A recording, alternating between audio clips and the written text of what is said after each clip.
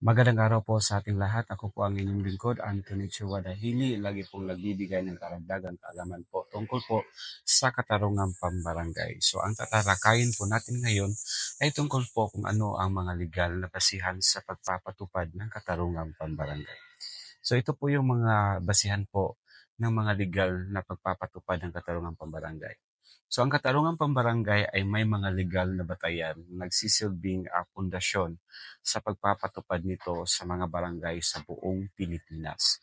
So ang mga pangunahing batas na ito ay nagsisilbing basahin or basihan ay ang mga sumusunod. Una, ito po ang tinatawag nating Presidential Decree number 1508 or PD 1508.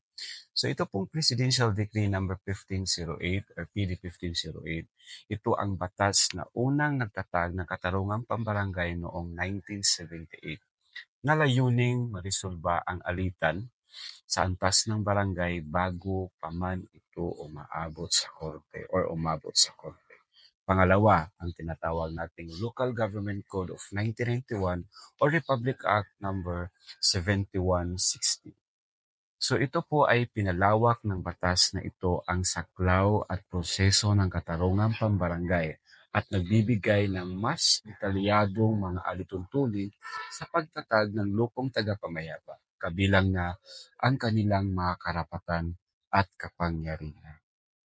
Pangatlo, mga Memorandum or Circular ng Department of the Interior and Local Government or DILG. Naglalabas ang DILG ng mga memorandum upang magbibigay karagdagan, mga tagubilin sa pagpapatupad ng mga pulisiya kaugnayan sa katarungang pambarangay. Pang-apat, ito po yung tinatawag nating Revised Rules on Summary Procedure. Itinatampok nito ang mga kasong hindi na kailangang dumaan pa sa formal na proseso sa korte kung maaari naman itong marisolba sa pamamagitan ng pagkakasundo sa barangay. Panglima, ito po ang mga circular at gabay mula sa Korte Suprema. Ang mga ito ay nagbibigay ng tamang alituntunin para sa mga hukuman sa paghawak sa barangay, mediation o conciliation.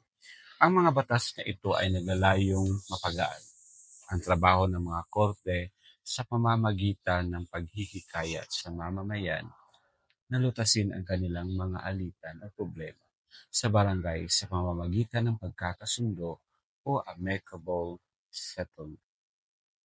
So yun lang po ang tatalakayan natin ngayon sa video po ito. Ako po ang inyong lingkod, Anthony Chua Dahili, known as Stelton, and a former punong barangay po sa aming barangay. Lagi pong bibigay ng karagdagang kaalaman po sa lupong tagapamayapa. At saka, kung may katanungan po kayo, maaari po kayong mag-direct message po sa akin or mag-comment down below po dyan para po maisagot po natin po ng tama ayon po sa aking kaalaman. Kung kailangan po kayo ng karagdagang kaalaman po tungkol po sa katarungang pabarangay, maaari po kayong bumisita po sa DILG o sa malapit pong opisina po dyan sa inyong DILG or sa inyo pong naka-assign na NLGO. Once again, I am Anthony Chua Dahili, a former punong barangay and known as Stelton.